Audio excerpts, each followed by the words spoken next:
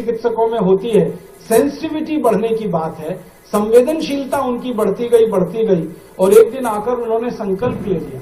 फिर उनका दूसरा संकल्प ये था कि हम 3000 डॉक्टरों का ये जो संगठन है, इस संगठन में आगे भी दूसरों को शामिल करते रहेंगे अगर वो हमारे इस विचार पर चलेंगे। धीरे धीरे संख्या बढ़ती गई।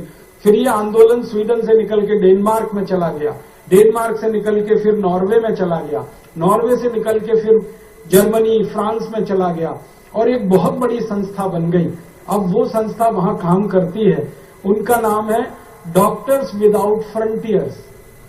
और वो मिलके पूरे के पूरे यूरोप के ये नॉर्डिक कंट्रीज जो कहे जाते हैं, इनमें एक ही अभियान चला रहे हैं और उसमें पूरे सफल हैं कि एक भी फालतू की गैर जरूरी दवा और खतरनाक दवा उनके बाजार में बिक नहीं सकती, क्योंकि उसका वो प्रिस्क्रिप्शन करते नहीं है। सारी दवा कंपनियां उन डॉक्टरों को लालच देके परेशान हो चुकी हैं, बहला फुसला के परेशान हो चुकी हैं, लेकिन वो डॉक्टर झुकते नहीं है। उनकी इज्जत, उनका सम्मान वहां के मरीजों में दिन प्रतिदिन बढ़ा है। और एक अच्छी बात बताऊं कि ये सारे डॉक्टरों की जो प्रैक्टिस है, उसके बारे में जब उनसे पूछा गया अनेक बार कि आपकी प्रैक्टिस का क्या हुआ, आपने जब ये फालतू गैर जरूरी दवाएं लिखना कम किया तो कंपनियों ने आपको पैसे देना, कमीशन देना बंद किया, वो तो आपकी कमाई कम हो गई। तो सभी डॉक्टर कहते हैं पहले से ज्यादा बढ़ गए। क्यों? तो वो कहते हैं कि पहले जो मरीज हमारे ऊपर शक करते थे, आशंका करते थे, अब वो भी भरोसा करने लगे हैं, इसलिए हमारे पास अब ज्यादा पहले से मरीज आने लगे। ये डॉक्टर्स लोगों के समूह में डॉक्टर ओले का अभी तो स्वर्गवास हो गया है। उनके स्वर्गवास के पहले उनका एक लंबा इंटरव्यू आया था। उस इंटरव्यू में उनसे पूछा गया था कि जब से आपने ये अभियान शुरू किया फालतू गैर जरूरी दवाओं के बहिष्कार का, आपकी अपनी निजी आमदनी के बारे में बताइए, वो कहां पहुंची है। तो उन्होंने कहा मेरी निजी आमदनी 3.5 गुनी बढ़ गई है, क्योंकि पहले मेरे पास जितने मरीज आते थे अब उससे कई गुने ज्यादा मरीज आ रहे हैं और मुझे अब दूसरे देशों में बुलाया जाने लगा है, क्योंकि मैं इस अभियान के एक नेता के रूप में स्थापित हुआ हूं।